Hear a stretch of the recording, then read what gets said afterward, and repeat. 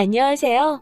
매일 새로운 사연을 전하는 읽어주는 사연 라디오입니다. 구독과 좋아요, 많은 공유 부탁드립니다. 오늘의 사연 시작하겠습니다. 안녕하세요. 결혼 생활 4년 만에 이혼을 결심한 30대 여성입니다. 어디다 얘기할 곳이 마땅치 않아서 이렇게 글을 쓰게 되었습니다. 망신스러운 이야기라서 주변엔 참아 못하겠고, 그렇다고 친정 부모님께 하자니 걱정하실 게 뻔해서 못하겠더라고요. 하지만 그저 끙끙 혼자 앓자니 이러다간 정신이 어떻게 돼버릴 것 같아서요. 정말이지 결혼 전에는 이런 사람일 줄은 생각도 못했는데 도대체 어디서부터 꼬여버린 건지 모르겠어요. 남편하고는 가게 사장하고 아르바이트생으로 만났습니다. 어디서부터 이야기를 해야 하나 싶은데 제가 대학을 안 나왔어요. 그게 제가 못난 탓도 있었겠지만 일단 저희 부모님이 저를 뒷바라지해 주실 만한 여력이 없으셨거든요. 게다가 지금은 돌아가셨지만 몇 년 전까지 할머니가 살아계셨는데 여기저기 많이 아프셨어요. 그런데 저희 부모님이 그런 할머니를 외면하지 못하셔서 병원비로도 돈이 많이 나갔죠. 아무튼 그래서 솔직히 제가 공부에 얼마나 열정이 있었다면 모르겠지만 딱히 그런 것도 아니었고, 그렇다 보니 무턱대고 남들이 다 가니 나도 보내달라며 대학 가겠다는 고집을 부리지 못했습니다. 자포자기를 했달까요? 그런데 그러고 나니까 점점 시간이 갈수록 학벌에 대한 컴플렉스도 느껴지고, 그러다 보니 한 곳에 정착을 못하고 어디 사무실 같은 데로 출퇴근도 하다가 또 관두고 아르바이트도 하다가 그렇게 철새처럼 여기저기 옮겨 다니게 되대요. 그러다 한 번은 주점에서 아르바이트를 하게 되었는데 남편이 거기 사장이었던 거고요.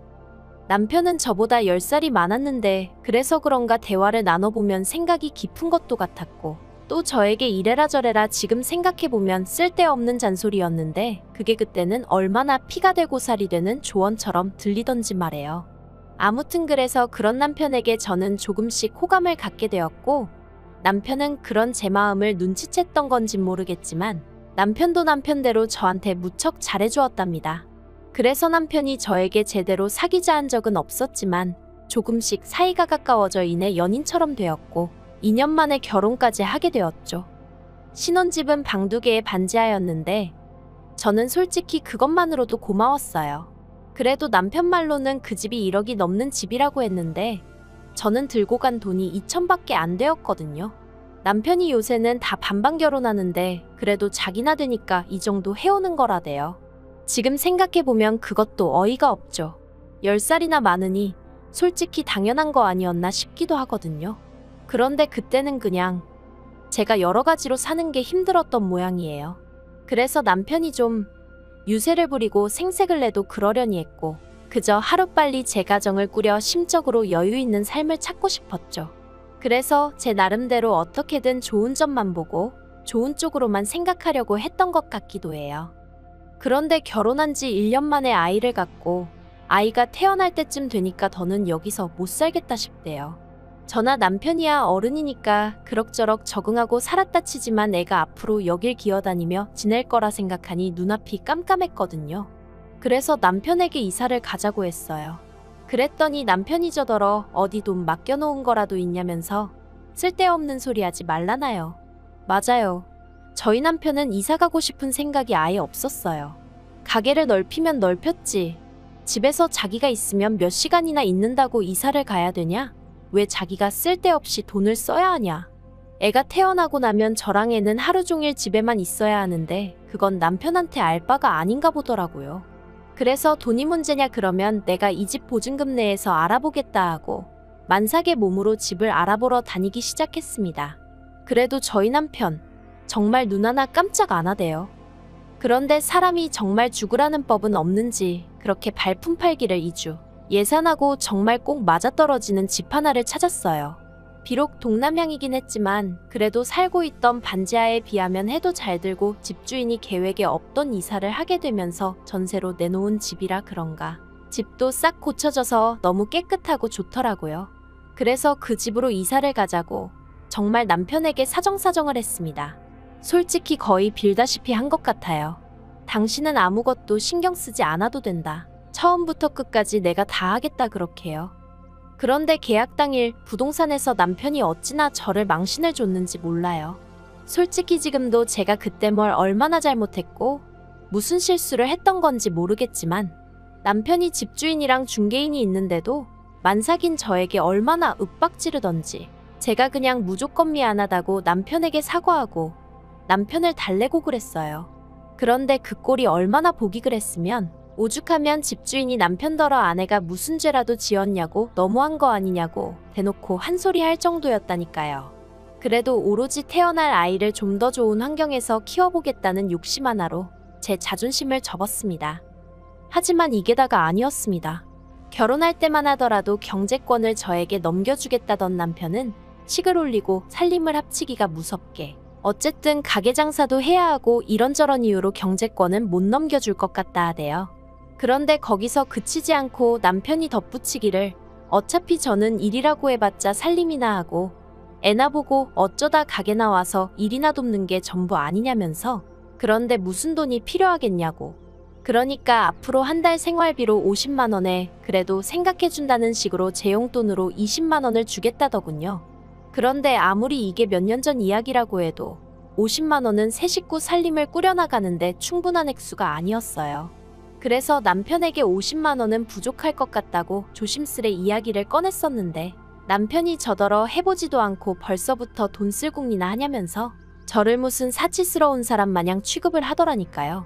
그래서 울며 겨자 먹기로 어쩔 수 없이 50만 원으로 살림을 시작했는데 아니나 다를까 턱없이 부족했어요. 그러니 제 용돈이랍시고 준 20만 원도 대부분 결국 생활비로 써야만 했죠. 그리고 이런 생활이 계속되던 와중에 정말 우연히 고등학교 때 친구랑 마주쳤습니다. 아주 친한 건 아니었어도 서로 불편한 감정 없이 지내던 친구였는데 마트에서 절 보곤 한눈에 알아봤다며 반가운 체를 하더라고요. 그런데 전 그때 정말 초라한 상황이었거든요. 소세지 한 봉지를 사면서도 남편한테 물어보고 사야 했을 만큼요. 그래서 친구랑 마주친 그 상황이 그렇게 달갑지만은 않대요. 하지만 친구는 그런 제 마음을 아는지 모르는지 저더러 커피 한잔 하자더니 묻지도 않았는데 그간 자기가 지내온 이야기를 하더라고요. 그런데 그게 왜 그렇게 듣기 싫으면서도 부럽던지요. 아무튼 그렇게 서로 연락처를 교환하고 집에 오는데 왜인지 닭똥 같은 눈물이 줄줄 나더라니까요. 그리고 며칠 뒤 저는 남편에게 이혼하자고 했어요. 친구랑 만났다가 정신이 들었다 이런 소리는 할 필요도 없었고요. 그냥 더는 이런 식으로 힘들어서 못 살겠다. 이혼해달라 했죠. 그런데 남편이 너무 쉽게 그래 네가 못 살겠다는데 별 수 있냐? 헤어지자 그러대요. 참으로 기가 막혔죠. 최소한 왜냐고 이유는 물어봐줘야 하는 거 아닌가 싶기도 하고. 그런데 그게 다가 아니었습니다. 남편이 하는 말이 이혼을 하건 집을 나가건 그런 건 상관없는데 딸은 못 준대요. 딸은 자기가 키울 거라면서 저더러 네가 집이 있냐 직장이 있냐 가진 건 쥐뿔도 없는 주제에 애를 욕심을 내냐 네가 진짜 엄마 맞냐 막말을 퍼붓더라고요. 그런데 정말 속상했던 건 뭐 하나 제대로 반박할 수 없는 제 현실이었습니다. 저는 집도 없고 직장도 없고 남편 말대로 가진 건 쥐뿔도 없었으니까요. 그래서 결국 이혼 이야기는 유야무야 없던 게 되어버렸고 이후로 남편은 전보다 더 함부로 저를 대하기 시작했습니다. 그나마 몇 푼 주던 용돈인지 뭔지도 자기가 그걸 왜 줘야 하냐며 끊어버리더니 이후론 정말 제가 티셔츠 한 장, 머리끈 하나 사는 꼴을 못 보더라고요. 매일같이 자기는 가게에 나가서 죽어라 일만 하는데 저는 집에서 애재롱 떠는 거나 보는 주제에 이딴 걸 사나르고 싶냐며 어찌나 사람 기를 죽이던지 말해요. 정말 지금 생각해도 치사하고 서러운 날들이었죠. 그런데 그 무렵 그때 연락처를 주고받았던 친구에게 연락이 왔어요. 그리곤 친구가 헤어질 때 제 텅 빈 눈빛이 잊혀지지가 않더라며 혹시 자기가 뭐라도 도와줄 수 있으면 도와주고 싶다는데 너무 오랜만에 그런 이야기를 들어서 그런가 또다시 눈물이 왈칵 쏟아지대요. 그래서 제가 일자리가 필요하다고 했어요. 그랬더니 친구가 마침 잘 되었다며 저더러 자기 식당에 나와서 일 좀 도와줄 수 있겠냐는 거예요. 그래서 더는 묻지도 따지지도 않고 그러겠다 했죠. 그리고 바로 3일 뒤 출근을 시작했는데 알고 보니 친구가 운영하는 식당은 언론에도 몇 번이나 소개되었을 만큼 소문난 맛집이었습니다. 그리고 친구는 저에게 그냥 설거지나 재료 손질만 시키는 게 아니라 가게 운영 전반에 걸친 모든 걸 알려주려고 하더라고요. 그땐 그 이유를 몰랐지만 어쨌든 저는 모든 게 즐거웠어요. 남편 주점에서는 그렇게 몇 년을 일했는데도 걸핏하면 싫은 소리를 듣기가 일쑤였는데 친구네 식당은 달랐거든요. 한편 남편은 그렇게 툭하면 저더러 돈도 안 벌어오는 게 쥐뿔도 없는 게라며 무시를 해대놓고 막상 제가 친구 식당에서 돈을 벌어오니 그건 또 그거대로 마음에 안 든다는 식이 돼요. 애엄마가 돼서는 애는 안중에도 없고 돈 몇 푼 벌자고 그러고 다니는 게 정상이냐면서 말이죠. 그런데 사람이 그래도 주머니에 돈 몇 푼 들어오니까 나름대로 기가 살더라고요. 친구 식당이 무슨 숙박시설은 아니지만 막말로 남편하고 싸우다 쫓겨나면 전에는 친정엔 차마 못 가겠고 그러니 어디도 갈 곳이 없는 거나 마찬가지였거든요. 그런데 이젠 친구 식당에라도 가 있으면 된다 하는 생각도 들고 그러니까 저도 전처럼 기가 죽지는 않더라고요. 그래서 애를 그렇다고 내가 나 몰라라 한 것도 아니고 어린이집에서 잘 봐주고 있는데 왜 시비냐 하고 맞붙었어요. 그랬더니 남편은 그 어린애를 어린이집에 맡겨놓고 마음이 편하냐며 또다시 제 심기를 건드렸고 그래서 저도 그러면 돈 더 벌어다 주라고 그럼 나도 일 안 하고 애만 보면 되니 얼마나 좋겠냐고 받아쳤죠. 그리고 그렇게 1년의 시간이 흘러 지난 5월이었습니다. 친구가 저에게 기니할 이야기가 있다더니 자기가 유학을 간다대요. 사람들이야 자기더러 성공했다 하지만 자긴 사실 프랑스에 가서 정식으로 요리를 배워보고 싶은 꿈이 있었다면서 그래도 돈 좀 벌어둔 덕분에 이제는 꿈을 쫓아볼까 한다더니 저더러 식당을 맡아달라는 게 아니겠어요. 생각지도 못한 제안에 정말 놀랐고 어째서인지 심장이 벌렁벌렁 뛰기 시작했습니다. 드디어 제 인생에서 저를 정말 진심으로 이해해주고 걱정해주는 친구를 찾았다는 사실이 얼마나 기뻤는데 그런 친구가 저 먼 곳으로 유학을 가겠다니 그것도 충격이었고 동시에 갑자기 저더러 이 식당을 맡으라 하니 걱정도 되면서 동시에 뭔가 제 가슴속에서 불꽃이 있는 듯 했달까요. 친구는 이 식당이 이래봬도 보증금도 많이 묶여있다면서 그 보증금은 자기한테 천천히 갚아줘야 한다고 그리고 월세도 이제 제 힘으로 장사해서 내야 하는 거라고 하더니 이거 공짜로 주는 거 아냐 너한테 강제로 넘기는 거야 하는데 솔직히 친구 속마음이 어떤 건지 눈치챘기에 저는 또다시 눈물을 흘릴 수밖에 없었네요. 그런데 한편 그 무렵 남편 가게는 하향세를 타고 있었어요. 솔직히 저랑 같이 일할 때도 장사가 얼마나 잘 되던 곳은 아니었는데 그래도 그때는 나름대로 흔치 않은 컨셉 덕분에 손님이 끊이진 않았거든요. 하지만 다른 곳들은 계속해서 변화를 추구하는 반면 남편은 그런 데는 관심이 없고 오로지 눈 가리고 아웅식으로 손님들한테 1, 2천 원이라도 더 받아대는데 혈안이 되어 있었으니 솔직히 안 망하고 버티고 있는 게 용하다 싶었는데 아니나 다를까 올해 들어서 하락세가 점점 더 심해지더니 권리금은 고사하고 폐업하는데도 돈이 드는데 그 돈이나 건지고 정리하겠나 싶을 정도로 고꾸라지대요. 그리고 저도 알고 보니 야가 빠진 구석이 있었나 봐요. 남편은 망해가는데 저는 사정이 나아진다 싶으니까 이번엔 결단코 이혼을 해야겠다는 생각이 들더라고요. 그래서 남편에게 다시 한번 이혼 이야기를 꺼냈습니다. 이번에도 남편 반응은 이전과 별반 다르지 않았어요. 식당에서 아르바이트 좀 한다고 그 돈으로 애 키우면서 먹고 살만할 것 같냐면서 이혼하려면 네 몸만 나가라 대신 애는 두고 가라 또 그 소리를 하대요. 그래서 알겠다고 했습니다.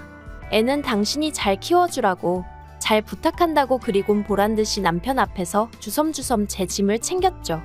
다만 몸만 나갈 생각은 없고 재산은 어쨌든 나도 일조한 부분이 있으니 법대로 따져보겠다 했어요. 막말로 외벌이라곤 해도 저도 집안이라고 애 키운 공이 있는데 누구 좋으라고 몸만 나가겠냐고요. 그런데 남편 입장에선 제가 갑자기 세게 나가니까 좀 놀랬던 모양인지 갑자기 무슨 이혼이냐면서 이혼이 애들 장난이냐 어쩌냐 헛소리를 하더니 절 붙잡더라고요. 참 아이러니하죠. 잡아주길 바랄 땐 쳐다도 안 보더니. 그리고 결국 저는 남편에게 이혼 소송을 걸었습니다. 사는 동안에도 여러 가지로 찌질한 모습만 보여주더니 이혼 하나라도 시원스레 좀 해주면 덧나냐니까 자기는 저 없인 못 산다는 헛소리를 해대며 놔주려고를 안 하더라고요.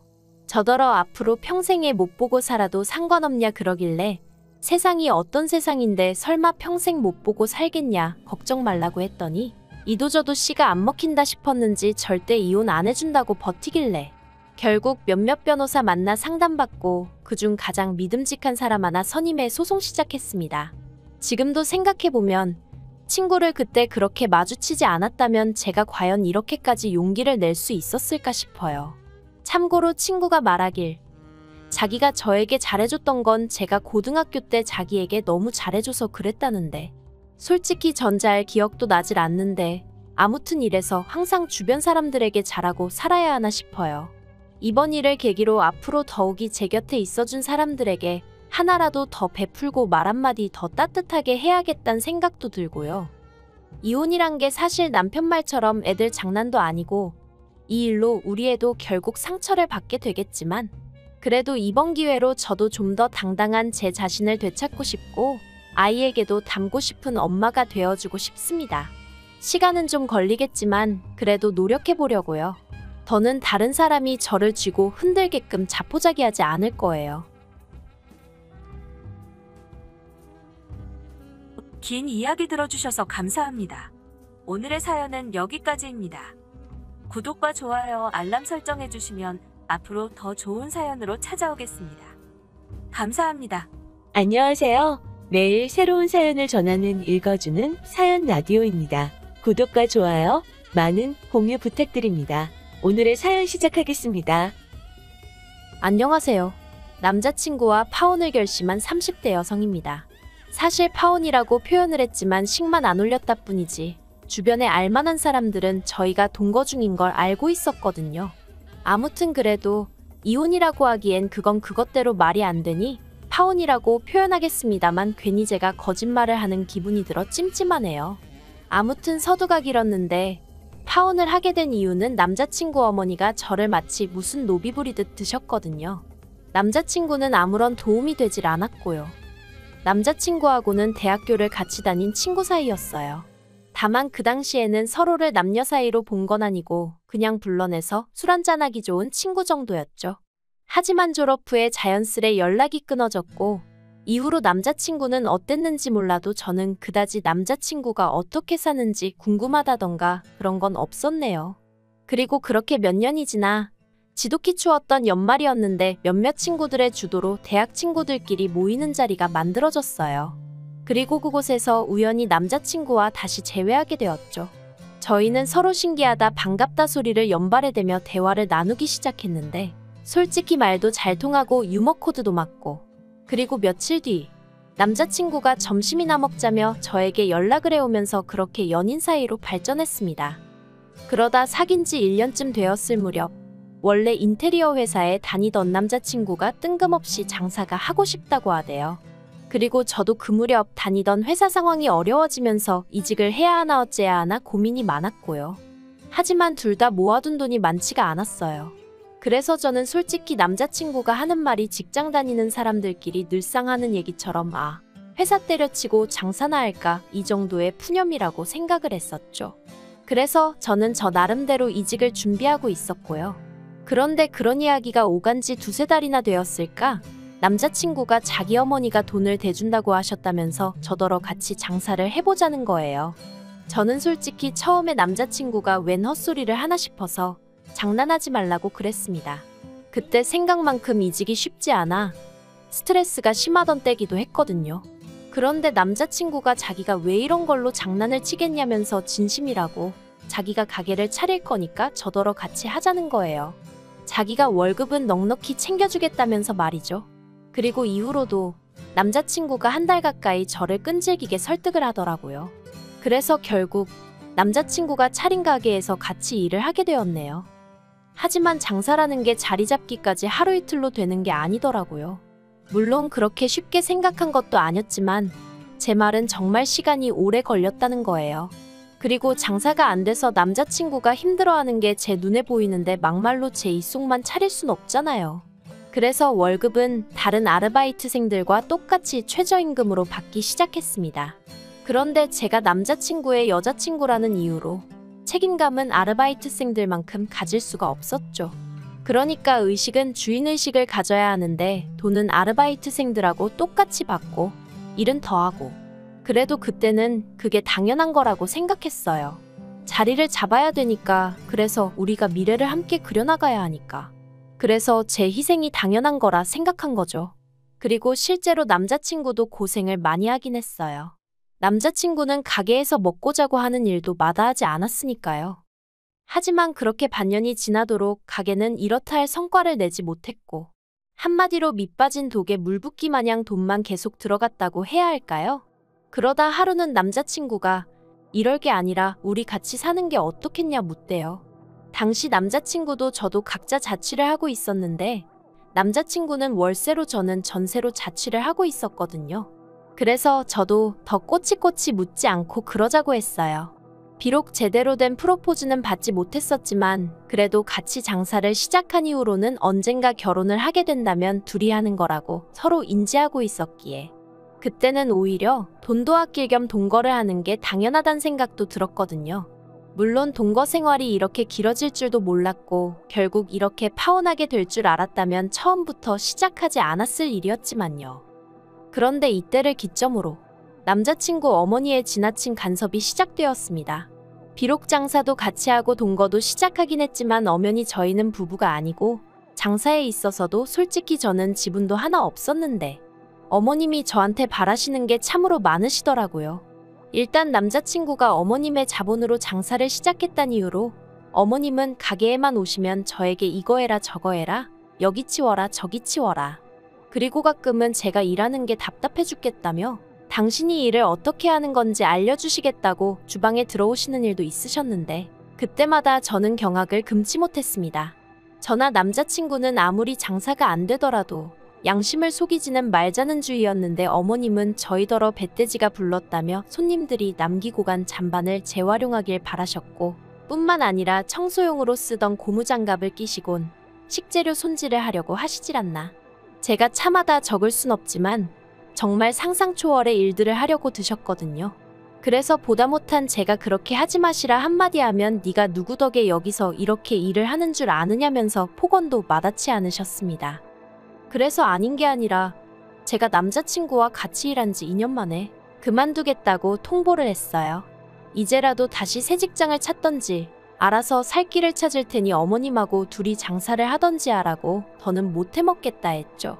그러자 남자친구가 자기가 어머님하고 금전적 관계도 정리를 할 거고 그동안 고생한 거에 대한 보상을 해주겠다며 저더러 다시 한 번만 생각해보라대요. 그리고 솔직히 2년쯤 되었을 땐 가게가 조금씩 자리를 잡아가고 있었거든요. 매상도 많이 늘었었고요. 게다가 남자친구가 자기가 다 미안하다며 저자세로 나오니 제 마음이 흔들렸던 게 사실이에요. 그래서 결국 가게에 남기로 했습니다. 남자친구가 그간 고생한 데에 대한 보상이라며 돈도 2천만 원 주대요. 그런데 솔직히 처음에 받았을 땐 기뻤거든요. 하지만 이내 내가 계속해서 군소리 없이 일을 했다면 이 돈은 안 줬겠지 하는 생각에 좀 착잡한 마음도 들긴 했어요.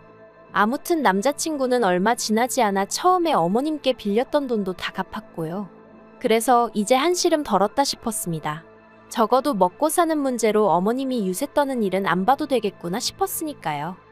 그런데 그렇게 다 마무리가 되었다 싶었을 무렵 어머님께서 저에게 연락을 해오셨습니다. 그리고는 당신 아들과 진짜로 결혼 생각이 있는 건지 뭐 그런 걸 물어보시더라고요. 그래서 사실 그대로 말씀드렸어요. 가게가 이제 막 잘 돼가고 있으니까 당장식을 올리진 못하겠지만 결혼은 할 거라고요. 그랬더니 그러면 너 나한테 잘 보여야 되는 거 알지? 그러시는데 좀 어이가 없었죠. 그리고 그런 대화가 오가고 얼마 지나지 않았을 무렵 저는 남자친구와 가게 매상 문제로 크게 다투게 되었습니다. 충격적인 사실을 알게 되었기 때문이죠. 저더러 어리석다 말하는 사람도 있겠지만 사실 가게를 시작할 때 이미 제 돈이 들어간 것도 아니었고 남자친구가 어머님께 돈을 빌려다 하는 상황이었으니 금전적인 부분에 있어서는 남자친구를 전적으로 믿었던 게 사실이에요. 그런데 제가 가게 카운터 정리를 하다가 세금 관련된 서류를 보게 되었고 거기서 뭔가 이상하단 사실을 눈치채게 되었죠. 전 직장에서 회계 쪽에 있다 보니 그런 게 눈에 좀 빨리 들어왔거든요. 아무튼 남자친구가 그간 저에게 매상을 숨겨왔다는 걸 알게 되었어요. 그제서야 어쩐지 그간 왠지 이상하다 생각하고 찝찝하게 느껴졌던 부분들이 납득이 가대요. 가게는 전에 없이 바빠지고 있었는데 왜 매상은 늘 그 자리였는지. 저는 남자친구에게 당장이라도 전화를 해서 따질까 하다가 그랬다간 변명거리를 생각해낼 시간만 주게 될 것 같아 그저 그가 돌아오길 기다렸습니다. 당시 남자친구는 잠깐 병원에 간다며 자리를 비운 상황이었거든요. 그리고 1시간쯤 지났을까? 정말이지 그 1시간 동안 얼마나 많은 생각들이 머릿속을 헤집던지. 아무튼 돌아온 남자친구 앞에 제가 아무 말 없이 그 서류들만 내밀었습니다. 그리곤 설명해보라니까 처음엔 오히려 못 낀 놈이 썩낸다고 이게 뭔데 다짜고짜 이러냐면서 짜증을 내더니 급기야는 그 서류들을 쓰레기통에 버리려고 하는 거예요. 그래서 제가 이렇게 나온다는 거냐고.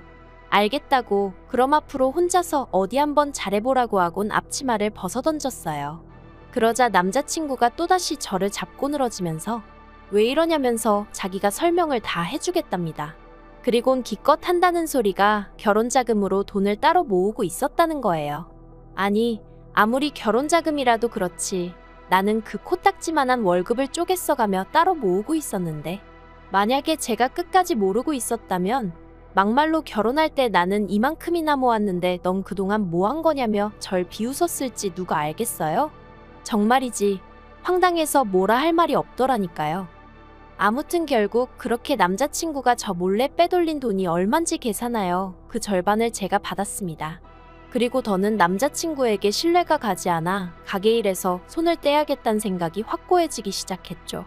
그런데 그런 제 속도 모르고 지난달 어머님이 만나자 하시더니 이번에 가게를 하나 더 내려고 하신다면서 저더러 그 가게에 가서 일을 좀 해야겠다는 거예요. 새 가게를 낸다는 이야기도 처음 듣는 이야기였고 제가 왜 거기 가서 일을 해야 한다는 건지 납득이 되질 않대요. 그래서 제가 지금 이게 다 무슨 말씀이시냐 되물었더니 저더러 말귀를 못 알아듣는다면서 남자친구에게는 아래로 2살 어린 남동생이 있는데 그 남동생 앞으로 가게를 차려주실 거라는 거예요. 뭐 어머님 재산으로 어머님 자식 가게 차려주신다는데 제가 왈가왈부할 문제는 아니니까 그거에 대해선 아무 생각이 없었어요. 그냥 그러시구나 하고 말았죠. 그런데 저더러 거기 가서 일을 하라는 건 제가 무슨 노비도 아니고 여기 있으라면 있고 가라면 가나요? 게다가 제가 단번에 못 간다 하려다가 혹시나 싶어 돈은 얼마나 주실 거냐 물었더니 주긴 뭘 얼마나 주냐면서 어차피 너 내 아들하고 결혼할 거 아니냐. 그럼 한 가족인데 무슨 돈 타령이냐. 오히려 절 이상한 사람 취급을 하시대요. 어이가 없었죠. 어머님은 제가 남자친구랑 가게 열고 몇 달, 아니 거의 1년 넘게 정말 고생고생한 거 옆에서 다 보셨거든요.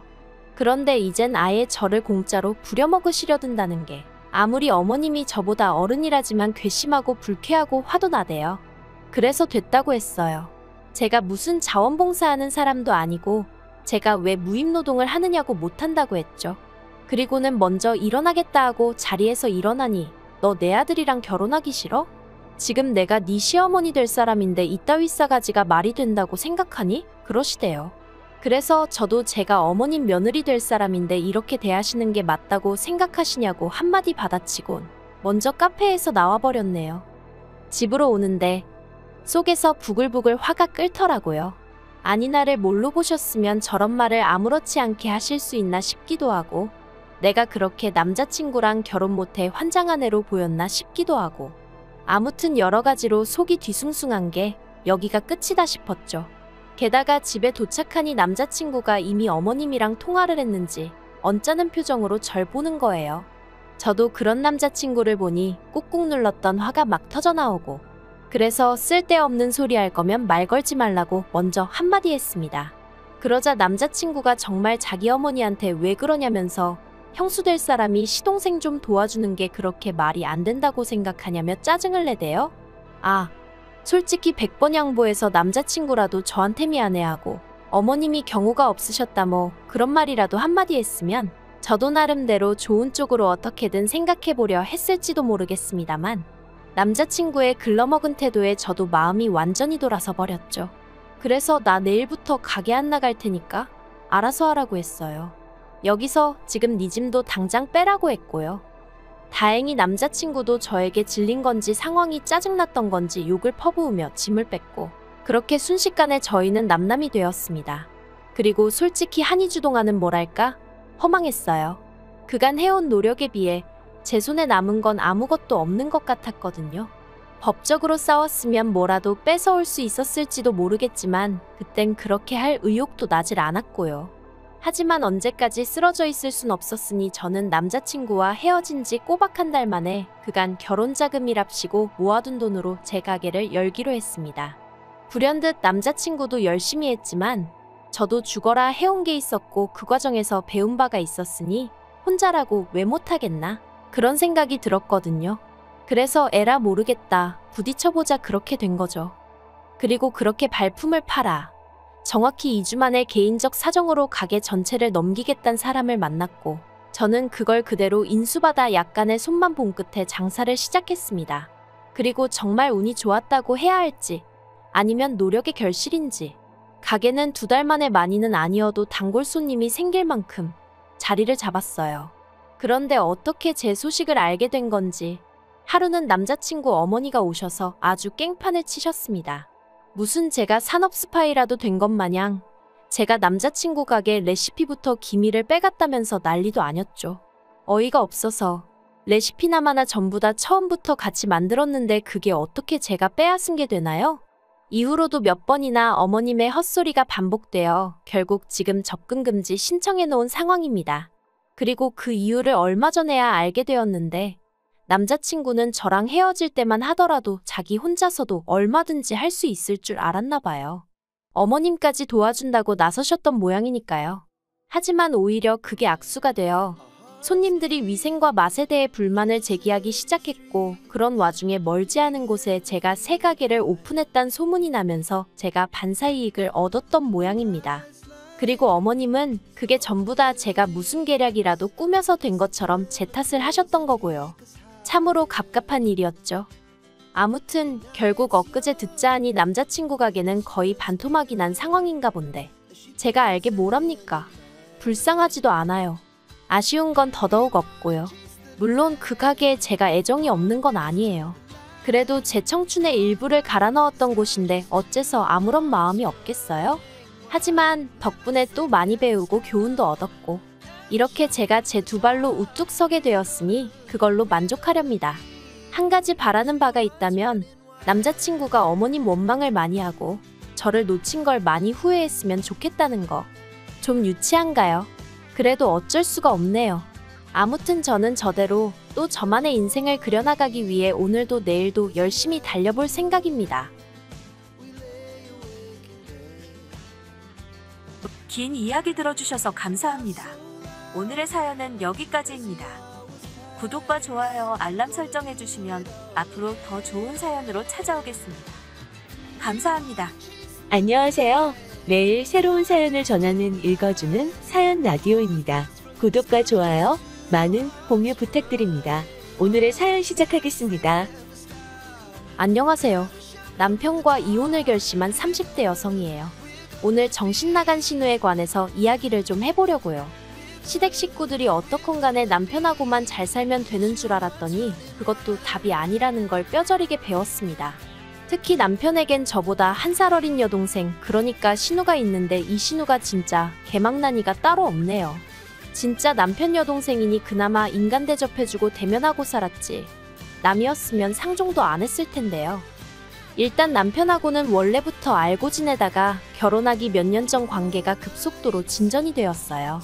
제가 당시 이직 후 새 직장에 적응하면서 여러 가지로 마음고생을 하던 시기였는데 그때 남편이 저에게 이런저런 도움을 많이 주었거든요. 그리고 돌이켜 생각해보니 그때부터 남편이 아는 오빠가 아닌 남자로 보였던 것 같아요. 게다가 남편도 저에게 호감이 있었는지 말로는 격려 차원이라고 했지만 이런저런 이유로 매번 저를 불러냈고 그렇게 자연스럽게 연인 사이가 되었습니다. 그리고 3년의 연애 끝에 결혼까지 하게 되었고요. 하지만 결혼할 때 아예 잡음이 없었던 건 아니에요.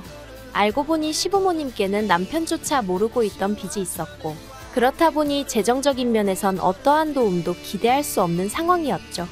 반면에 친정에서는 제가 맞이이기도 하고 개운이다 보니 해주시겠다는 것도 많았고 그만큼 남편 쪽에 바라시는 것도 많으셨거든요.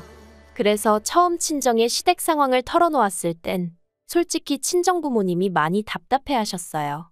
이 결혼 꼭 해야겠냐 하시며 결혼이란 게 사랑만으로 되는 게 아니라며 저더러 다른 사람들이 다 야가 빠져서 이런저런 계산을 하고 결혼을 하는 게 아니라는 말씀도 해주셨고요. 하지만 그때 전 눈에 콩깍지가 씌어도 단단히 씌어 있었고 원래 사람이 하지 말라면 더 하고 싶어지잖아요. 정말이지 도저히 남편과 헤어질 자신이 없었습니다. 그리고 남편이란 사람 하나만 두고 말하자면 적어도 그때 당시엔 저에겐 좋은 사람이었거든요. 그래서 제가 정말 열심히 친정부모님을 설득했어요. 돈은 살면서 착실히 모아가면 되지 않겠냐고, 능력도 있고 인성도 좋은 사람이라고. 그리고 남편도 남편대로 저희 친정부모님께 앞으로 자기의 인생계획서를 써서 드리기도 하고 친정아버지랑 따로 남자 대 남자로 면담도 하고 나름대로 노력을 하더라고요. 그리고 이런 저희들에게 결국 자식 이기는 부모 없다는 말처럼 친정부모님이 두 손 두 발 다 들어주셨죠. 친정에서 결혼식 비용도 다 대주셨고 집 구하는데 1억이란 목돈도 해주셨어요. 거기에 제가 모아둔 돈도 따로 있었고요. 반면에 남편이 해온 건 자기가 모아둔 4천만 원과 할부가 남아있던 6년 된 자동차 한 대가 전부였죠. 그래서 남편과 상의 끝에 허례허식은 생략하자 했어요. 제가 비록 사랑에 눈이 멀었다곤 해도 해주는 거 없는 시댁에 친정부모님 주머니 털어 이것저것 채워 넣을 만큼 속이 없진 않았거든요. 그런데 막상식을 올리고 나니까 어머님이 한 말씀 하시더라고요. 남들은 자식 키워 장가 보낼 때 고생했다고 가방 받고 돈 받고 심지어 당신 아는 집은 사돈 내서 차도 바꿔주더라는데 저희는 어째서 예단도 하나 안 보낼 수가 있느냐고요. 황당했죠.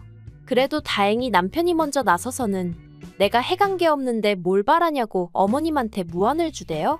그래서 저도 더는 그냥 말을 안 하긴 했는데 사실 결혼 전에는 제가 어머님 아버님 뵐 일이 몇 번이나 있었겠어요. 처음에 시댁에 인사드리러 갔을 때 한 번, 그리고 상견례 자리에서 한 번이 전부였거든요.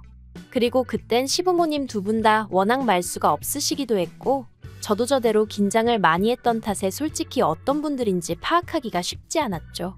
그런데 막상 식을 올리고 나서야 좀 뻔뻔하시단 생각이 들대요. 한편 저희가 결혼하고 몇 달 지나지 않아 어머님 생신이었는데 신우가 자기 애인이라며 남자를 한 명 데리고 왔어요. 그리고 제가 보니 남자가 인물은 없어도 사람이 서글서글한 게 성격도 좋아 보이고 무엇보다 신우한테 무척이나 잘하더라고요. 뭐 2-3시간의 짧은 시간이었지만 행동 하나하나에 배려가 있었달까요? 그리고 이튿날 신우가 저에게 연락을 해와서는 어제 자기 남자친구가 어땠냐고 묻길래 느낀 그대로 얘기를 해줬네요. 참고로 이때는 저랑 신우의 사이가 그럭저럭 좋은 편이었습니다. 신우랑 제가 나이가 1살 차이가 나고 제가 엄연히 윗사람이긴 했지만 개월수로는 반년도 안 되는데 새언니 소리가 안 나온다고 징징거려서 제가 어른들 계실 때는 조심하고 아닐 때는 편할 대로 하라고 했더니 신우 말로는 제 성격이 너무 좋아 보여서 친하게 지내고 싶었다나요? 아무튼 저도 신우랑 날 세워서 좋을 게 뭐가 있겠나 싶어서 그럭저럭 우호적인 관계를 유지하고 있었죠. 하지만 신우가 저니까 하는 말이라면서 솔직히 결혼하기엔 너무 좋은 조건인데 얼굴만 보고 있으면 기분이 나쁘다는 거예요. 그래서 제가 그게 무슨 소리냐니까 남자 얼굴이 너무 못생겨서 가끔은 화도 난다나요? 황당했죠. 결혼 이야기가 오가는 상대의 외모를 그런 식으로 평가한다는 게. 듣다 못한 제가 신우더러 그러면 안 사랑하는 거 아니냐고 물었습니다. 사랑하지도 않는 사람하고 결혼을 왜 하려고 하냐고. 차라리 헤어지라고 했죠. 그랬더니 그렇게는 못한대요. 돈도 잘 벌고 자기 ATM이라나 뭐라나. 너무 충격적이었어요. 하지만 그렇다고 제가 신우한테 이러쿵저러쿵 말하기도 그렇고 그래서 사람들이 결혼할 때 사랑만 가지고는 안 된다고 하지만 그래도 사랑이 있어야 살 수 있는 것 같다고 애둘러 한마디 했거든요. 그런데 신우가 그냥 피식 콧방귀만 끼고 말대요. 그리고 결국 그 둘은 그해 결혼을 했습니다. 남들이 부러워할 만한 결혼식이었고 남자 쪽에서 비용도 다 냈다고 들었어요. 그리고 결혼식장에서 화장실에 갔다가 우연히 어머님 지인분들이 저희 어머님은 제주도 좋다며 아들 딸 다 돈 한 푼 안 들이고 결혼시키는 거 보면 대단하다고 말씀하시는 걸 듣게 되었는데 기분이 썩 좋지는 않대요. 그런데 문제는 신우가 결혼 후에도 정신을 차리지 못하더라고요. 듣자 하니 시매부는 정말 신우뿐만이 아니라 저희 시부모님한테도 극진하게 잘했는데 신우가 시매부를 정말 남보다도 못하게 대했어요. 가족들 다 모인 자리에서 외모 가지고 비하를 하기도 하고 어떻게든 깔아뭉개려고 혈안이 된 사람 같더라니까요. 오죽하면 어머님도 신우한테 제발 작작 좀 하라고 한마디 하셨을 정도였죠. 하지만 정작 심해부는 늘 허허실실 웃으며 저 사람은 저런 성격이 매력이에요 하는데 아마 다들 말은 안 했어도 여러 의미로 대단하다 싶었을 거예요. 그런데 신우가 기어이 사고를 쳤습니다. 결혼하고 얼마 되지 않았을 때였는데 그날따라 신우가 쇼핑하고 싶다고 하도 노래를 해대서 같이 백화점에 가줬거든요. 심해부가 카드를 줬다며 가방을 사네 뭐를 사네 하는데 누가 신우한테 아는 체를 하는 거예요. 그러더니 신우도 이내 그쪽을 알아보고는 어머어머하더니 대학 동문이랍니다.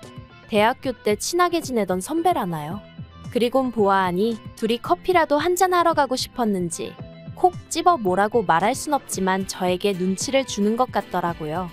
그래서 제가 나는 볼 일이 생각났다고 먼저 가야 할 것 같다고 했어요. 그랬더니 아니나 다를까 신우가 기다렸다는 듯이 그러냐면서 얼른 가보라는데 좀 황당하기도 하고 저렇게 반갑나 싶기도 하고 아무튼 뒤에서 그 남자가 신우더러 아줌마 안 갔다느니 대학생 때 그대로라느니 헛소리를 해대는 게 귀에 쏙쏙 들어오대요. 그런데 그때 제가 자리를 비켜준 게 화근이었을까요? 그날 이후로 신우는 예전만큼 저한테 어디 가자 뭐 하자 하며 연락해오는 일이 없었고 저도 그 무렵 회사에서 승진을 하면서 맡은 업무가 늘어나 그런 신우의 변화에 신경 쓸 여유가 없었어요.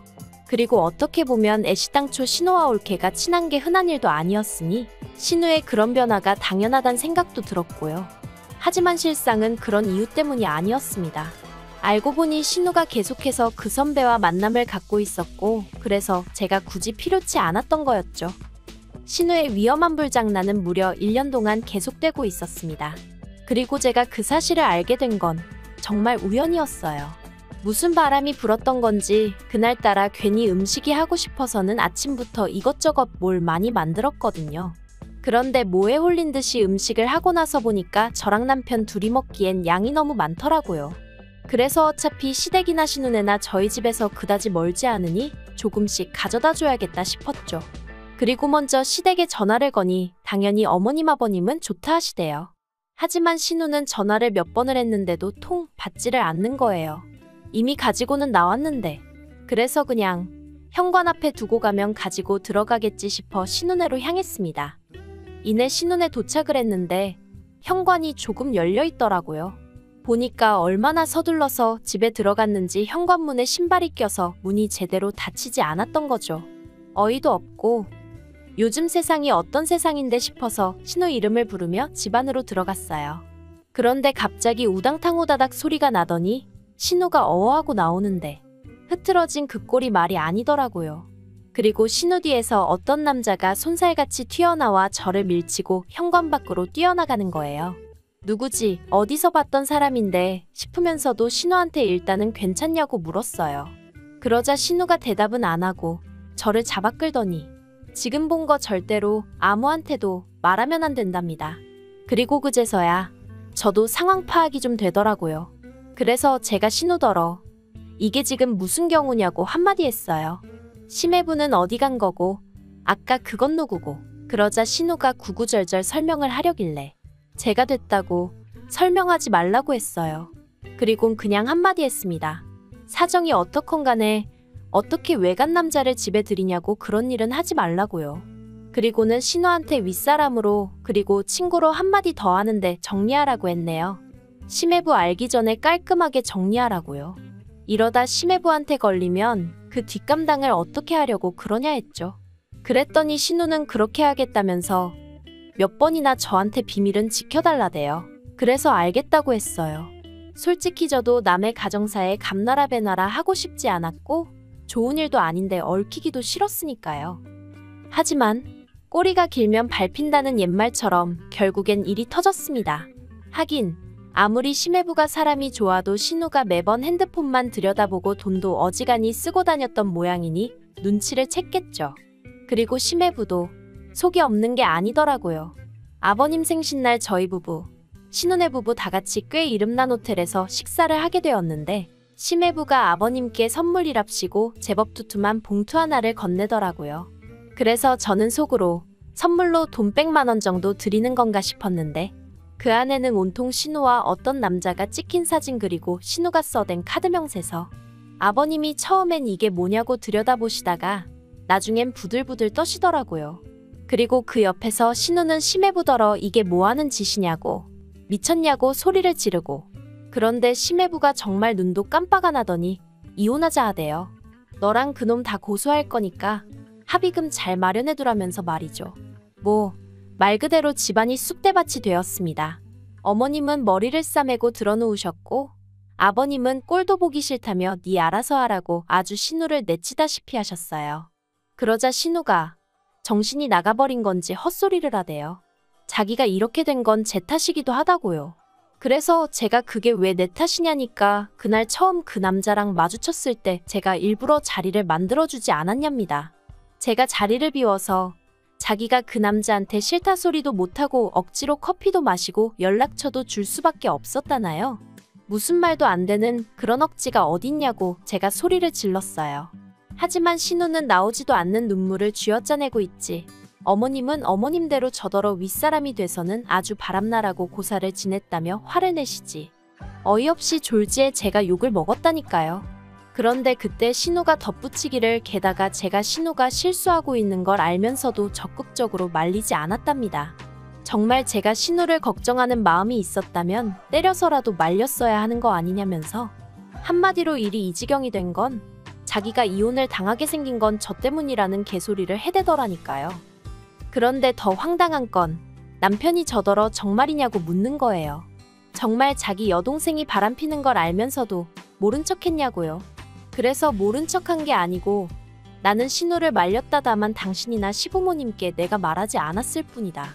왜 말을 안 했냐길래 아무리 가족이라고 해도 신우의 흠이고 신우의 가정사인데 내가 막말로 뭐라고 나서냐?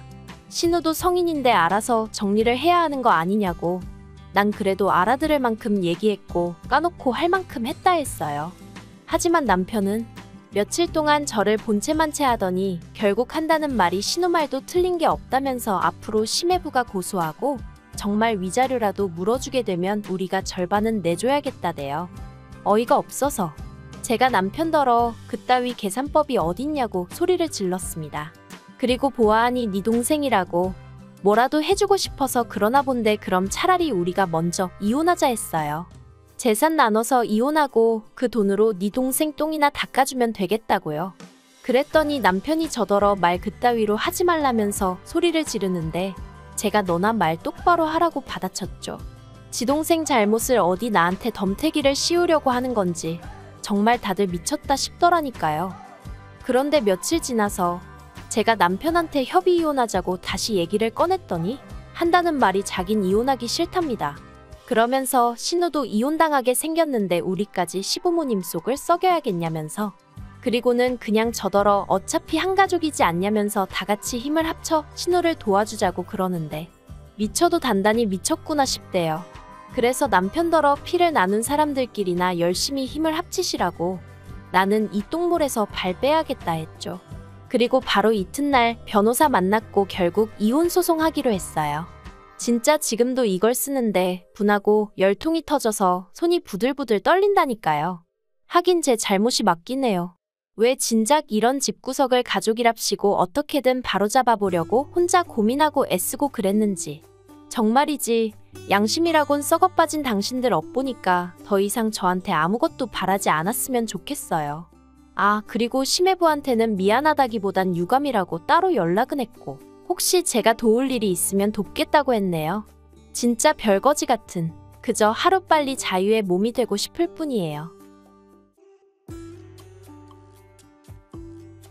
긴 이야기 들어주셔서 감사합니다. 오늘의 사연은 여기까지입니다. 구독과 좋아요, 알람 설정해주시면 앞으로 더 좋은 사연으로 찾아오겠습니다. 감사합니다. 안녕하세요. 매일 새로운 사연을 전하는 읽어주는 사연 라디오입니다. 구독과 좋아요, 많은 공유 부탁드립니다. 오늘의 사연 시작하겠습니다. 안녕하세요. 내년 3월에 결혼을 앞두고 있던 30대 여성입니다. 그리고 듣자마자 눈치채셨겠지만 과거형이에요. 파혼했거든요. 남자친구하고는 대학교에서 알게 되었어요. 같은 전공은 아닌데 교양 과목을 듣다가 조별학습하고 그러면서 이제 통성명하고 그런 식이었죠.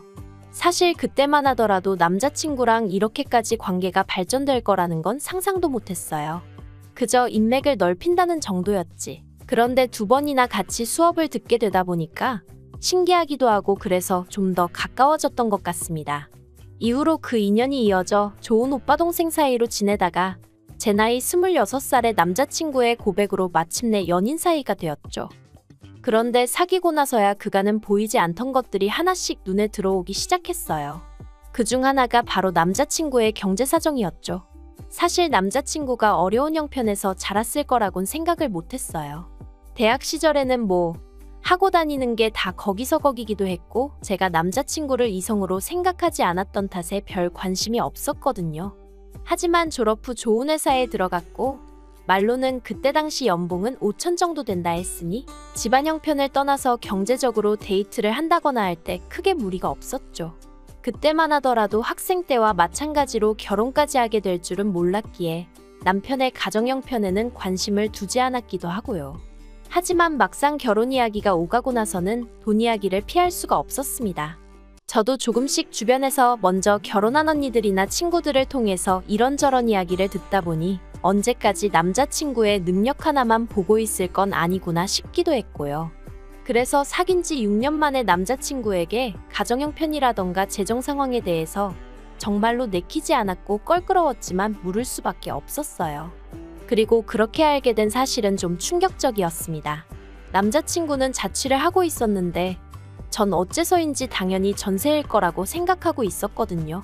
하지만 남자친구 말이 집을 구하던 당시 그럴 만한 목돈은 없었기에 월세로 들어왔고 이후로 불편함을 느끼지 못해서 계속 월세로 지내고 있었답니다.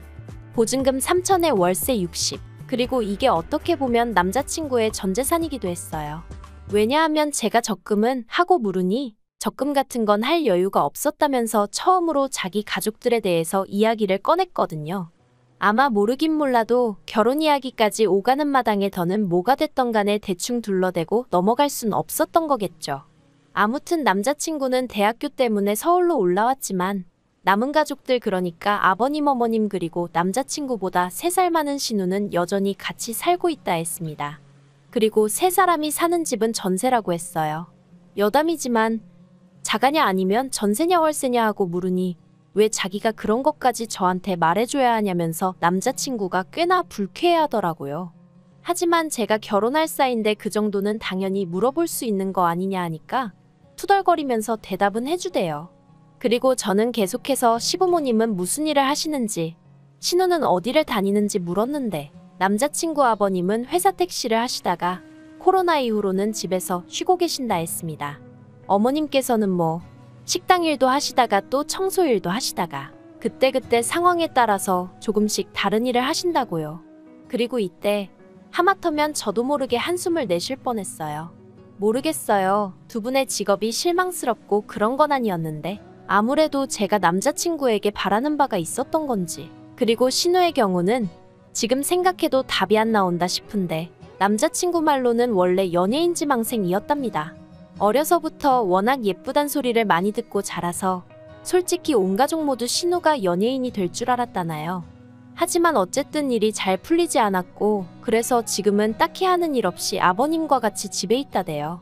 그래도 사귀는 사람이 있어서 그 사람하고 결혼을 한 해 만에 그러고 있다나 어쩐다나. 그런데 솔직히 말하겠습니다. 이 모든 이야기를 전부 다 듣고 났을 땐 왠지 속이 갑갑한 게 한마디로 답이 없다 싶었어요. 아무리 제 남자친구가 번듯한 직장을 다니는 성실하고 좋은 사람이라고 해도 시부모님의 상황도 그렇고 무능력한 신우도 그렇고 어쩌면 남자친구가 일평생 책임져야 할지도 모르는데 그걸 제가 옆에서 지지해줄 자신이 없었으니까요. 그리고 남자친구도 변해가는 제 표정을 읽기라도 했는지 옆에서 열심히 설명하기를 그래도 자기 부모님이 사치가 심하시고 그런 분들은 아니랍니다. 그저 아버님이 능력이 없으시다 보니 하루 벌어 하루 먹고 사는 일이 반복되었고 그러다 보니 지금 이런 상황이 된 거지. 아버님도 집에 계시긴 하지만 그래도 이런저런 소일거리라도 생기면 열심히 하시는 분이고 어머님도 지금까지 한번 제대로 쉬지도 못하시고 일평생 일하시던 분이라면서요. 신우는 남자친구도 하는 말이 자기 누나지만 무슨 생각인지 모르겠다고. 그래도 신우는 시집가면 그만 아니냐. 내가 뭐 달리해줄 건 없다 하던데. 사실 저라고 얼마나 잘 사는 집 딸은 아니에요. 하지만 저희 친정부모님은 그래도 두 분 노후 준비는 확실히 되어 있으시고 살고 계신 아파트 외에 다른 부동산도 가지고 계셨어요. 저도 남자친구보다는 좀 적지만 부족하지 않은 연봉을 받으며 회사를 다니고 있고요. 그러니 제 머릿속이 복잡할 수밖에 없었습니다. 가난이 죄는 아니고 남자친구는 분명 능력 있고 좋은 사람인데 남자친구와 결혼을 했다간 제가 떠안아야 할 게 너무나 많을 것 같았거든요. 그래서 며칠간의 고민 끝에 남자친구에게 생각할 시간을 갖자고 했어요. 하지만 정확히 3일 뒤 남자친구가 집 앞으로 찾아왔습니다. 그리고는 저랑 죽어도 못 헤어지겠다며 저를 붙잡더라고요. 부모님이 형편이 어렵다는 이유로 자기가 저랑 왜 헤어져야 하냐면서 자기가 부모님을 선택한 것도 아닌데 자기만 좀 봐줄 수는 없냐대요. 그리고 그런 남자친구를 보는 제 마음도 결코 편하지 않았어요. 오히려 제 자신이 너무 나쁜 사람처럼 느껴졌죠. 어려운 환경에서도 이렇게나 잘 자라준 남자친구에게 상처를 줬다는 것도 미안했고요. 그래서 결국 그때 헤어지지 못했습니다. 지금 생각하면 좀 더 이성적으로 생각했었어야 하는데 그땐 정말이지 참아더는 모질게 못하겠더라고요. 아무튼 그래서 다시 저희는 만나기 시작했고 이후로 상견례까지 빠르게 진행되었습니다. 저희 집에서는 남자친구 사정을 아시고 안타까워하시면서도 탐탁치 않아 하셨던 게 사실이에요. 특히 어머니는 저더러 그러지 말고 잘 생각해보라고 결혼은 사랑만 가지고는 되는 게 아니라며 저를 말리셨지만 이미 남자친구에게 한번 헤어지자 했다가 마음을 고쳐먹기까지 했던 저에게 어머니가 하시는 말씀은 그저 매정한 잔소리로만 느껴질 뿐이었죠. 그래서 오히려 그런 어머니께 그러면 조건만 좋으면 장땡이라는 거냐? 엄마는 아빠 조건 보고 결혼했냐 하는 막말까지 했다니까요. 지금 생각하면 정말 제가 미친 X였어요. 이 세상에 부모님보다 저를 생각해주는 사람은 없다는 걸 어째서 그땐 그렇게도 까맣게 잊고 있었는지. 그런데 시간이 지날수록 이건 아니다 싶은 상황이 하나둘씩 제 앞에 벌어졌고 저는 결국 두 손 두 발 다 들고 남자친구에게 이별을 고할 수밖에 없었습니다. 처음엔 저도 이게 맞는 건가? 내가 너무 오바해서 생각하나 그런 생각도 들었는데 지금은 제가 내린 결정에 이만큼의 후회도 없어요. 남자친구의 형편을 알고 나니 도움이랄 건 기대할 수도 없었지만 거기까지도 괜찮다고 생각했어요. 남자친구가 사는 집 보증금하고 제가 모아둔 돈하고 그리고 부족하면 대출을 받으면 된다 싶었거든요. 그런데 그 이야기를 꺼내니 남자친구가 한다는 소리가 자기 상황이야 워낙 없으니 그렇다 쳐도 저희 부모님은 저 결혼하는데 뭐 하나도 안 도와주시는 거냐며 열을 내더라고요. 좀 당황스러웠어요. 저는 남자친구가 못해오는 만큼 저도 저희 부모님께 손은 벌리지 않는 게 맞다고 생각했거든요. 그리고 그게 적어도 남자친구가 따지고 들 건 아니다 싶었고요. 그래도 여기까지도 남자친구가 눈치가 없어서 그런가 보다고 설마 염치가 없고 뻔뻔해서 그런 질문을 그런 식으로 한 건 아닐 거라고 믿었습니다. 그래서 남자친구에게 농담 반 진담 반으로 오빠도 아무것도 안 받아오는데 난 받아와야 하냐고 받아쳤더니 그걸 뭘 그렇게 따지냐고 한 명이라도 받아오면 좋지. 우리 미래에 도움이 될 거 아냐? 하는데 솔직히 아주 틀린 말은 아니었지만 기분이 좋지는 않더라고요. 그래서 그냥 그런가 하고 대충 넘겼어요. 어쨌든 내가 안 받아오면 별 수 없는 거지 막말로 남자친구가 따지고 들겠나 싶었으니까요. 그리고 이후로 저희는 대출을 알아보면서 동시에 틈틈이 눈품발품을 팔아 집을 알아보기 시작했습니다. 둘 다 직장을 다니다 보니 아무래도 지역적인 부분에 있어서 한계가 있었고 뿐만 아니라 예산도 빠듯하다 보니 이런저런 제약이 많았으니까요. 그리고 그렇게 한 일주일 정도 지났을 때였어요. 주말이었지만 아침부터 계속 이 부동산 저 부동산 돌아다녔더니 지칠 대로 지쳤고 그래서 남자친구랑 잠깐 머리도 식힐 겸 카페에 들렸습니다.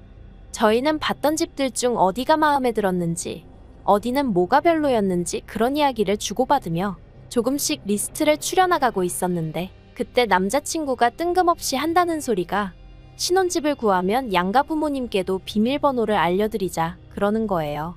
황당해서 왜 하고 물으니 별 뜻은 없는데 그러면 기분 좋아하실 것 같다나요. 이게 뭐지 싶어서 순간 말이 안 나오더라고요. 그래서 그냥 싫다고 한마디만 했는데 남자친구가 왜 하고 오히려 되물으니까 더 어이가 없었죠. 하지만 대충 어물쩍 넘어갈 일은 아니다 싶어서 결혼하면 우리의 안식처가 될 곳인데 다른 사람들이 연락 없이 오고 그러는 거 싫다 했습니다. 그랬더니 또다시 다른 사람? 양가 부모님이 다른 사람이야? 이러고 딴지를 거는데 이 인간이 오늘따라 왜 이러지 싶으면서 순간 지금 정작 하고 싶은 이야기는 따로 있는데 괜히 연막 치는 건가 싶기도 하고 말이 나와 말이지만 남자친구 습관 중 하나가 자기가 뭔가 원하는 게 있는데 그에 대한 합당한 근거가 없을 때 그때 말 같지도 않은 이유를 갖다 대기도 하고 아무튼 독특한 화법이 있었거든요. 그래서 이 인간이 뭐 할 말이 있구나 싶어서 할애기가 있는 거면 그냥 딱 이야기하라 했어요. 그랬더니 남자친구가 그제서야 한숨을 내쉬더니 실은 엊그제 아버님이 위암 판정을 받으셨대요. 심각하신 건 아니고 이기라면서 그래도 이제 병원도 다니셔야 되고 그런데 본가에서 서울에 있는 병원에 오가시려면 좀 피곤하실 것 같아서 저희가 신혼집을 구하면 오고 가실 때 좀 편하게 들려서 쉬고 그러실 수 있지 않을까 뭐. 자기가 그런 생각을 좀 해봤답니다. 그리고 자기 생각에 제가 그 정도는 당연히 이해해 줄 것 같았대요. 또 뭐라더라. 제가 저희 친정 부모님이랑 사이가 무척이나 좋은 편이거든요. 그래서 저희 부모님한테도 알려드리자고 하면 제가 별로 반대를 안 할 것 같았다나요? 여러 가지로 당황스러웠습니다. 남자친구는 이기는 아무것도 아니라는 식으로 이야기했지만 그래도 암에 걸린 아버님이라니. 그리고 그런 아버님을 챙겨드리려고 되도 않는 잔머리를 굴렸다는 것도 한마디로 짜증이 났어요. 그래도 저는 여기까지도 어떻게든 남자친구 입장에서 이해해보려 했습니다. 자식된 입장에서 갑자기 아버지가 아프시다 하니 자기 딴에는 뭐라도 해드리고 싶어서 그런 말도 안 되는 생각까지 하게 된 거겠지 싶었달까요? 그래서 그냥 그건 나중에 상황 봐서 정하자고. 아직 집도 안 구했는데 비밀번호를 알려드리네 어쩌네 하는 것도 이상하다고. 그렇게 둘러대고 대화를 마무리했죠. 하지만 남자친구는 그때부터 정말 소위 제 앞에서 더는 꺼릴 것이 없었나 봅니다. 아버님의 수술 일정이라던가 이후의 항암 치료에 관해서 저에게 이야기하는데 한치의 주저함도 없었거든요. 저는 정작 저희 부모님한테 얼마나 놀라실까 싶어 아직 말도 못 꺼낸 상황이었는데, 그리고 솔직히 말하면 아버님 상태에 대해서 알고 난 이후로는 어째서인지 집을 알아보는 일부터 시작해 결혼에 관한 모든 일에 제가 좀 솔직히 심드렁해졌던 게 사실이에요. 전처럼 별로 의욕이 안 나더라고요. 그런데 그런 제 마음을 완전히 굳어지게 한 일이 있었으니 그날은 아버님이 수술하기 전 병원에 입원해 이런저런 검사를 받으시기로 되어 있던 날이었어요. 그래서 제가 남자친구에게 고생이 많겠다고 수고하라고 했거든요. 그런데 제 말이 도대체 어디가 문제였던 건지 남자친구가 갑자기 난리를 치대요. 저한테 너무 서운하답니다.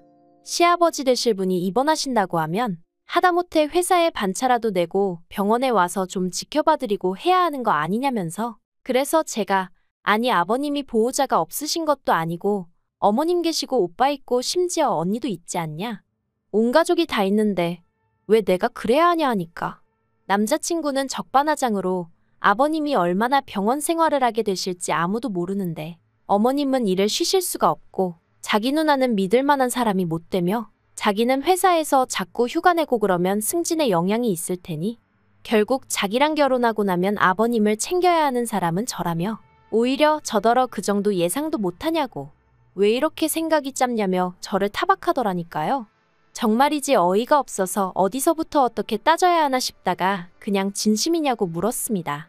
남자친구가 갑자기 편찮아지신 아버님 때문에 예민해져서 순간이지만 억지를 쓴 건지 아니면 정말 그렇게 생각하고 말한 건지 그게 궁금했거든요. 그런데 남자친구는 두 번의 고민도 없이 뭘 당연한 걸 묻냐입니다. 진심이래요. 저한테 서운해서 미치겠답니다. 결혼 이야기까지 오가는 마당에 시아버지 되실 분이 편찮으시다는데 그럼 한번 제대로 들여다보고 어디 불편하신 데는 없는지 챙겨드릴 생각은 제가 눈꼽만큼도 안 하는 것 같아서 그게 서운해 미치겠답니다. 그리고는 무슨 정말 한이라도 맺힌 사람 마냥 울분을 토하는데 그런 남자친구를 보고도 미안한 마음은커녕 내가 왜 이딴 소리를 듣고 있어야 하지 싶은 게 그냥 그간의 일들이 주마등처럼 스치면서 뭔가 잘못되어도 단단히 잘못되었다는 생각이 들었어요. 결혼은 사랑하는 사람이랑 하는 게 맞지만 그렇기에 어쩔 수 없는 상황이라면 희생을 할 수도 있는 거지만 그래도 이렇게 희생을 강요받아선 안 된다 싶었죠. 그래서 남자친구에게 일단은 미안하게 됐다고 사과를 건넸습니다. 그리고는 나는 어떻게든 잘해보려고 했는데 남자친구의 모든 걸 품고 가기엔 그릇이 작은 사람 같다고, 그러니 이 결혼은 없던 걸로 하자고 했죠. 전 솔직히 남자친구가 전처럼 울며불며 절 붙잡진 않을까, 그럼 어떻게 해야 하지? 이별을 고하면서도 그게 걱정이었는데 남자친구의 반응은 전과는 완전히 달랐습니다. 난데없이 저를 어르고 달래려 들었거든요. 왜 그러냐? 우리 힘들게 여기까지 오지 않았냐? 그리고 편찮으신 아버지가 당신 때문에 우리 헤어진 거 아시면 아버지 충격으로 암이 더 심해지실지도 모른다. 너 착한 사람인데 그렇게 되면 스스로 용서할 수 있겠냐? 하지만 남자친구가 말 한마디 한마디를 더 내뱉을수록 제 마음과 결심은 확고해져만 갔습니다. 그리고 남자친구가 저에게 유익한 사람이 아니라는 게 처음으로 점점 선명히 보이더라고요. 그래서 그런 소리 하지 말라고 딱 자르고 그 길로 바로 택시 타고 집에 왔어요.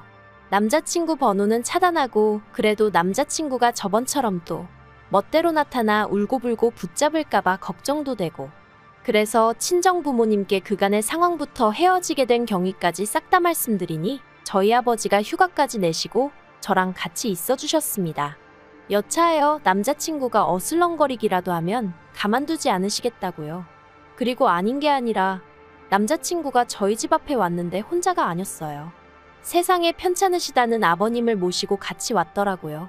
아마 마음 약한 제가 아버님까지 뵙고 나면 다시 돌아갈 거라고 생각한 건지. 그런데 어쨌든 결론은 역효과만 났죠. 저희 아버지께서 무슨 저런 놈이 다 있냐며 헤어진 여자친구 잡겠다고 병원에 있어야 할 아버지를 데리고 여기로냐고. 다행히 영문을 모르셨던 아버님께서 저희 아버지 이야기를 들으시곤 남자친구한테 네가 사람이냐며 그 자리에서 큰 소리 내시고 전 2층 창문에서 엿보고 있었는데 아무튼 동네가 다 시끄러울 정도였으니까요. 그래도 우여곡절 끝에 파혼했고 지금은 마음이 너무나 홀가분합니다. 듣자 하니 남자친구는 상황이 좋지가 않은가 보더라고요. 수술하려고 열었는데 생각보다 여기저기 전이가 심해서 남자친구가 회사까지 관두고 아버님 병간호를 하는 쪽으로 된 것 같다나요. 그리고 그런 이야기를 들으니 남자친구가 안 됐긴 한데 동시에 하마터면 그 짐을 같이 짊어질 뻔했구나 싶은 게, 이기적으로 들릴진 몰라도 잘 빠져나왔다 싶은 게 솔직한 심정이에요. 제가 더는 뭐 바라는 건 없고요. 비록 헤어졌지만 그래도 남자친구 아버님도 왕쾌하시고 남자친구도 자기 인생 잘 챙겨가며 살았음 하는 마음입니다. 저는 저대로 더는 파혼한 남자친구는 신경 쓰지 않고 그저 묵묵히 제 인생을 살아갈 거고요. 긴 이야기 들어주셔서 감사합니다. 오늘의 사연은 여기까지입니다. 구독과 좋아요, 알람 설정해주시면 앞으로 더 좋은 사연으로 찾아오겠습니다. 감사합니다.